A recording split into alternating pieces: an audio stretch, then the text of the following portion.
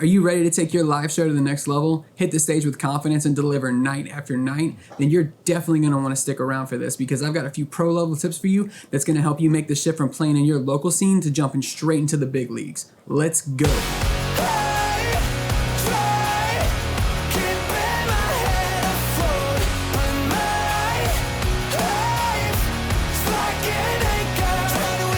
What's up guys, and welcome back to another video. If you're new to the channel, my name is Bimo, and today I am sharing my 6 essential tips to running backtracks live. Just a quick note to add here, this video will not be on how to create and set up backtracks. That is an entirely different topic that I'm gonna have to do in a separate video that I will link for you guys right here. So if you need more information on how to do that and the ins and outs of what's involved, I suggest that you go watch that video first and then come back here, and then you can pick up right where you left off. Some of you guys might be asking, and for those of you who don't know, what are backtracks? Backtracks are pre-recorded musical parts that musicians use to play along with in a live setting. They add extra production elements that you would normally hear in a band's album without actually needing every musician to play those parts on the stage.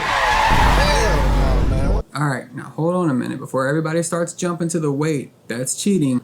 Let me explain how this really works. Now, in today's modern entertainment industry, almost every act is using some type of backing track in some form. Now, that doesn't mean that your favorite bands aren't real musicians or that they aren't playing their instruments, because they are. This just means that some of the intricate or secondary parts that they don't consider to be a primary part will end up getting layered underneath what they're actually playing live, and that is what makes up the backing track. The musicians that you're there to see are mainly focused on the core dominant parts of the songs. Those are the ones that they're actually playing. Now, some of your favorite songs that are on the radio today could have anywhere from 15 to 20 layers that are playing throughout that song at any given moment. You don't even realize this is happening, because of production magic. So if you could imagine having a live musician to play every single layer of that song and that part, you'd have to have a big stage. Yeah, the simple fix here is backtracks. We'll do that. At the end of the day, all the artist wants to do is be able to perform their body of work at the best of their ability. So it requires a little bit of help. Doesn't necessarily mean they're cheating. They're just getting the extra tracks played underneath what they're doing, so they can focus on the root of the song and give you basically the meat and potatoes, while all the extra ear candy stuff that's in the background that you wouldn't really notice anyway is still there and present. Alright, so now that everybody's caught up, this is going to bring us into our first tip. Normalize your tracks and use dynamics. I know these two concepts may seem slightly contradictory, but I promise you there is some method to my madness. Check it out. So when you're importing all of the individual tracks from all of your songs, unless they were recorded by the same person at the same time, the chances of keeping all of these tracks consistent are going to be really slim. Especially if you're an artist that likes to work with different writers, producers, etc., because everybody's got their own mixing style and engineering style, and you name it, it's all over the place. So how we fix this is, once you get all of the audio imported into the session, we're going to batch normalize all of the audio. Most DAWs are going to have a feature like this built into their software already, but what this is going to do is keep all of your audio consistent throughout the entire session, and this is going to save you a ton of time, especially when working on older songs from years ago that you still play and need to sound current like today. Now, where dynamics come into play. Once you have all of the tracks imported into the session and all the audio has been normalized, let the show breathe. And when I say that, what I mean is, if you have a bunch of soft, intimate parts, the tracks do not need to be playing at 100%. You feel me? You don't need to be way up here if you have an intimate part that you are playing down here. It's just, it's too much, okay? Like, just be dynamic with your show. Now, whether it's a simple guitar in vocal or a production part in vocal where you have like piano and synth or something going on, if you are constantly blasting at 100, you are like fatiguing the crowd. Be dynamic, have movement. It does a lot, and that is something that really separates younger bands from experienced bands that are on that next level already. This will involve a little bit more work on your end with automating the tracks in the appropriate sections, but the consideration that you take for this part will make your front of house engineer's job so much easier, and it'll also ensure that your overall sound is represented so much better, especially if you don't travel with your own front of house and you're relying on the venue staff to make you sound how you want to be represented. They don't know your music, so the chances of that happening are also real slim. Moving on to our next tip, consolidate and print your tracks.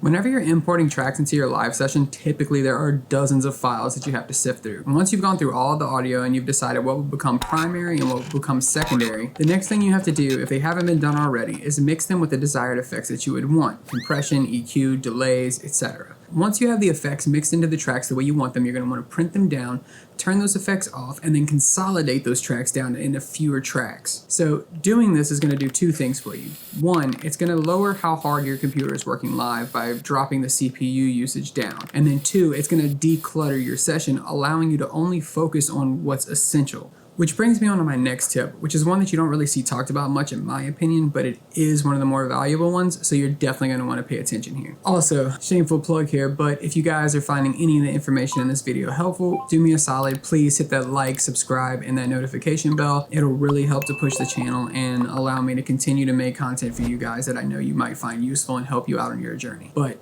let's keep going. Tip number 3, split your tracks into groups and buses. You can break this up into whatever fits your particular needs, but in most cases, we're only dealing with 3 major buses. It's going to be the synths and rhythms, the impacts, and the vocals. Those are going to be the 3 that get it done for most cases. Let me walk you through how this breaks down. For the synths and rhythms, this is going to consist of all the secondary instruments that we talked about earlier. We're talking guitar textures, hi-hats, tambourines, auxiliary percussion instruments, your swells, your risers, your reverse cymbals, things like that. All those will live in this general category. You can also route these to separate groups and then EQ them the way you need to, and then from those groups, send them to this bus, and then they're still coming out of the same track. That's how we want to send this for this category. The next category we're going to go into is going to be your subs and impacts. This is going to be all of those EQ curved, really low rumble sub frequency stuff like the 808s, the sub drops, things that rumble and that thing. You won't really send a lot of other things here because they're not EQ'd for that. And then the last category would be the vocals. This one's kind of obvious, but we're sending all of the backup vocals that you don't replicate live. So specific vocal effects like distortions, specific delay throws, or vocal effects, harmonies, radio effects, things of that nature would all go into here that you can't replicate easily live. To further elaborate on why this step is important is separation and control. This simple step gives your front of house engineer better control over the mix, ensuring that your backing tracks don't get buried during your set. How many times have you played a show where the backing tracks got buried during the mix, especially whenever you told the front of house engineer that you were a track dependent band and you relied heavily on your tracks? Well, it's not always his fault. Sometimes we have to take accountability. Sometimes you have the guys that just don't get it. They're old school. It is what it is. You're going to find those guys everywhere. But they do have the good guys out there that genuinely try to get you right. And for those guys, they're doing the best that they can with what they have to work with. A lot of times, you have to take accountability that your tracks may not be as good as you think they are. You could simply have your sub impacts way too loud in the mix. So what you're fighting there is the front of house engineer is having trouble cranking your tracks up to get them loud enough in the mix without clipping the system. He's fighting dropping your tracks because your impacts are hitting too hard. Now, whenever the important part in your tracks come up, they're not there because they're ducked down to save his system. His system's a lot more important than your tracks. He doesn't know you. He doesn't care. He's saving his job. He's saving his system. On the contrary, you could also have bad frequencies in your track. You have harsh frequencies in the high end. They're real piercing.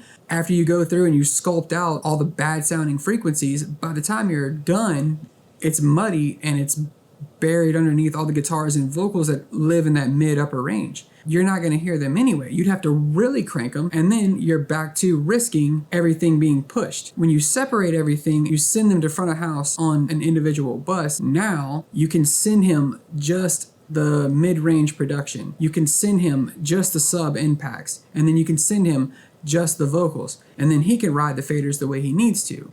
Everything will be so much better.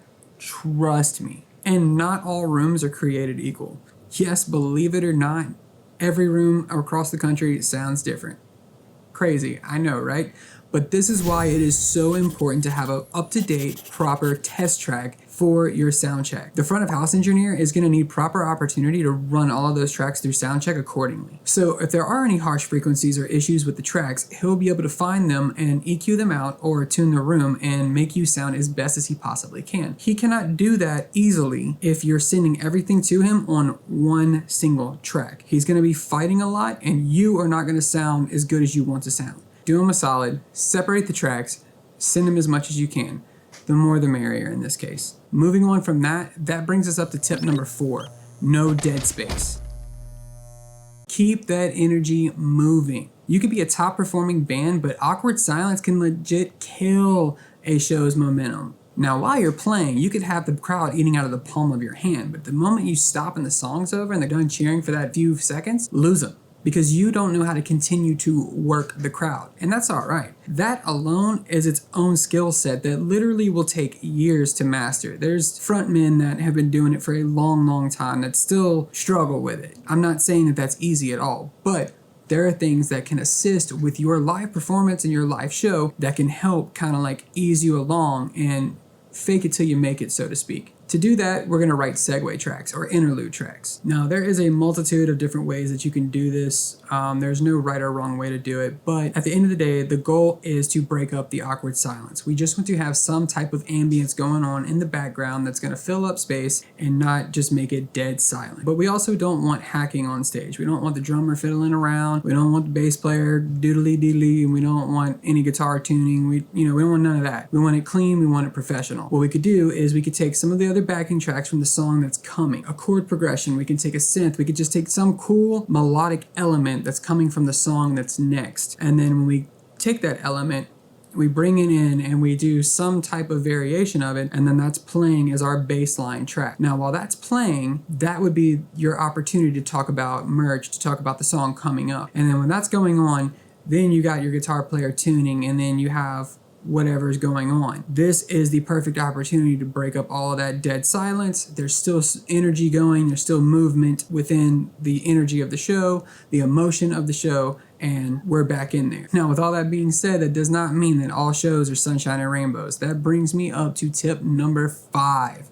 Have a backup plan. Now, it would not be a live performance if technical difficulties didn't happen. Gear stops working, strings break, it just happens. It's the nature of the beast. But in those instances, you have to have some type of backup plan to pull you out of the situation. All of those things can cut into your set time, and we still want to maintain proper stage etiquette for the other bands on the bill. So if we have to cut one song or two songs, we have to have a way to properly work around this and still get out seamlessly. Keeping that in mind, we also don't want the awkward silence. How do we combat all of these things at the same time? So in my band situation, for live, we use Studio One as our DAW of choice. We have our entire stage show linked to an iPad that we keep by our drummer Colin. With Studio One, they have a secondary app called Studio One Remote that works seamlessly with the iPad. This is how we're able to pull this off. We can then program the iPad with specific buttons and key mappings. At any point in the set, Colin can stop, skip, play, do whatever he needs to do and put us where we need to be from a single touch on his iPad. With other DAWs, I'm not positive what they have available, but in our situation, this is what works for us. Now, if we have to skip songs or we have to stop and pick up from wherever we're at, Colin has the ability to put us at certain points in time. So if we have to skip songs, he can put us at the start of the segue of the song, or we can skip the segue and go straight to where the pre-count is and we start the song directly. It just depends on what it calls for. And where this helps us out on the awkward silence is because we're running everything in one big network. If we were to kill the set, when the song ends, Colin could queue up the next song, or he could hit another button on the iPad that would play a random loop while we figure out what's going on stage. This buys us time and plays an ambient noise in the background while the members are figuring out what's going on stage, and our singer Josh can just be talking to the crowd. He's not talking over silence, and he's not just like trying to fill it up with, randomness. There's some melodic element going on there, and then because that's a cued sound that everybody knows what's going on, our front of house guy knows what's going on. He knows when he hears that particular audio that, hey, they're trying to figure out something on stage, so it just kind of keeps everybody else on the same page while we're trying to diagnose the issue and And then the crowd is none the wiser because they're just hearing something they think it's part of the set. So when we come back in, Colin's ready for us to be like, hey, we fixed this, we're ready to go. He cues up the iPad and then clicks play, and then we all start off where we're supposed to. If we're ever in a situation where we know we're gonna push the band after us out of the way, we will take the hit, pull a song out. We never wanna make the band after us late. We wanna have proper stage etiquette. Everything is seamless, and then we're good to go. I know this has been a bit of a lengthy video, but if you made it this far, then I know that you genuinely care about how you sound live. So this next tip that I'm gonna give you is the best of the best, and this is honestly the rarest one that is openly talked about in the industry, to be honest. The piece de la resistance, tip number 6, the one you've all been waiting for, cue tracks. Boy, I cannot begin to say enough about cue tracks. This one is the most essential to keeping your band together on stage. Let me tell you, boy. Whew. So these are another type of backing track that you would set up and pre-record, and you would not route these to front of house. Instead, you would reroute these back to in-ears so that only you and your band would hear them. You could set these up to be one master cue track that everybody hears, or if you have enough outputs, you could route these to where everybody has their own individual cue tracks and they don't interfere with each other. Because in some cases, there is situations where not everybody wants to hear everybody's cue track. I know in my band in particular, there's things that Josh, our singer, doesn't want to hear that I want to hear, and vice versa. Take a minute to breathe. And then I know that there's things that I want to hear that Colin doesn't want to hear. Walk down bridge. And it's just all over the place. So everybody has something individual that we all like to hear that helps us get through our really long headliner sets. Mid-set break. Cue tracks are also handy for when you have a singer that might need a pickup note, when they always struggle to hit the next section of a certain chorus or song. You can play a note on the piano that gives them that pickup note, and they can reference it right before they go to hit that starting note. Another great use of a cue track is between songs. Whenever you have a singer talking to a crowd and he's rambling on, the track could come in and basically tell him to wrap it up. Song's about to start, and then he could hurry up, finish what he's got to say, and then he doesn't miss the downbeat of the song, and then everyone stays locked in and goes off without a hitch. Wrap it up.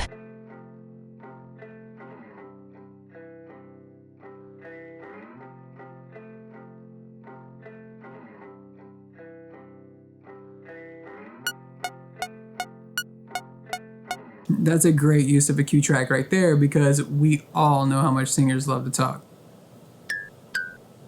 I'm just kidding, y'all know I love y'all. But in all seriousness, another great use would be announcing song titles. If you're in a situation where you're tuning or you're distracted on stage and you can't quite get to your set list wherever it's posted on stage, announcing the song titles right before they begin. Set songs.